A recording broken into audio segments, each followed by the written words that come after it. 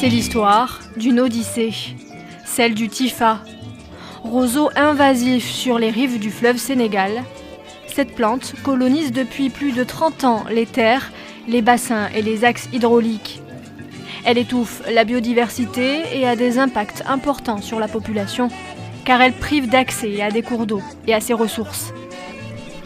Le Tifa est devenu une source d'énergie écologique. Les Sénégalais s'en servent aujourd'hui pour fabriquer un combustible efficace, peu coûteux et aussi pratique que le charbon de bois, mais sans gaz à effet de serre ni déforestation.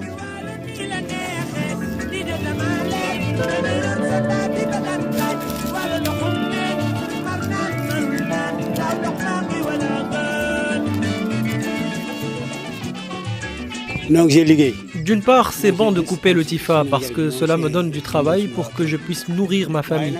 Mais d'autre part, il y a des conséquences parce que le Tifa prend beaucoup trop de place. Nous cultivions du riz dans cette partie et maintenant, à cause de Tifa, c'est impossible. Le fléau Tifa a finalement créé de l'emploi, apporté une source d'énergie dans les villages où l'électricité n'arrive pas. Il participe aussi à la défense de l'environnement. Plusieurs unités artisanales de production de biocombustibles ont été mises en place au Sénégal. Ces unités sont principalement tenues par des coopératives féminines. Dans les villages à proximité des points d'eau envahis par le Tifa, un revenu supplémentaire pour ces femmes. Beaucoup de bonheur. Parce que, comme par exemple, avant ce métier, on était les femmes des foyers. On va au champ, période de champ, ça ne dure pas peut-être un mois, quelques jours, et on reste à la foyer. On ne fait rien d'autre. Mais avec l'aide du Tifa et la transformation du biocharbon, on peut soutenir nos maris dans nos maisons, dans nos foyers, sur l'aide des enfants, sur l'éducation des enfants, et même sur la cuisine.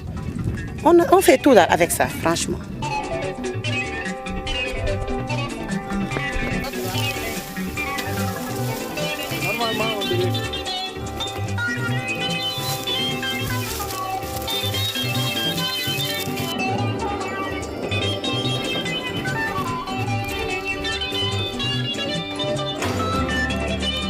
Mais ce n'est qu'une étape.